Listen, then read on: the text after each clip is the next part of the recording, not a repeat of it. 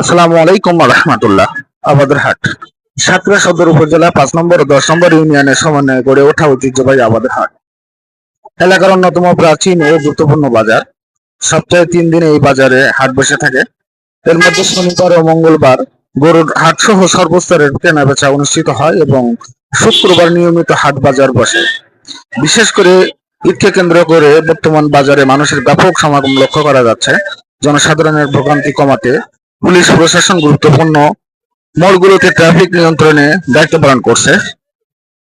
তবে দুঃখজনক হলেও সত্য, এই পুরাতন ও গুরুত্বপূর্ণ বাজার হওয়া সত্ত্বেও চোখে পড়ার মতো কোনো উন্নয়ন আজও বাস্তবায়িত হয়নি। সরকারি নিলামের মাধ্যমে ইজারা প্রদান করা হলেও বাজারে অবকাঠামো উন্নয়নের কার্যকর কোনো পদক্ষেপ দৃশ্যমান নয়।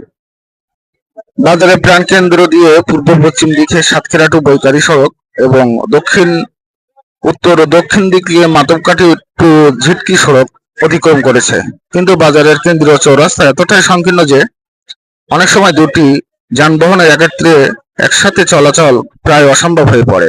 ফলে প্রতিনিয়ত সৃষ্টি হচ্ছে তীব্র যানজট এবং দুর্ভোগে পড়তে হচ্ছে সাধারণ পথচারী এবং ব্যবসায়ীদের। স্থানীয় সূত্রে জানা যায়, বিগত প্রায় 20 বছর ধরে এই বাজারে কোনো স্থায়ী কমিটি নেই। বিভিন্ন সময় ব্যবসায়ীদের নিয়ে সভা করে অস্থায়ী কমিটি ঘোষণা করা হলেও নির্বাচনের মাধ্যমে স্থায়ী কমিটি গঠনের প্রস্তুতি বারবার উপেক্ষিত হয়েছে। অজ্ঞতার কারণে আজও একটি নির্বাচিত স্থায়ী কমিটি গঠন সম্ভব হয়নি।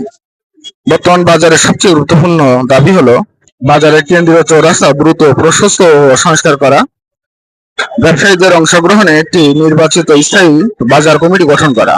স্থানীয় জনগণ ও ব্যবসায়ীরা মনে করেন প্রশাসনের দ্রুত ও কার্যকর হস্তক্ষেপের মাধ্যমে দীর্ঘদিনের এই সমস্যার সমাধান সম্ভব।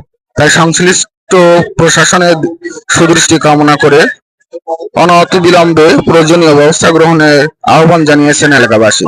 সকলকে ধন্যবাদ।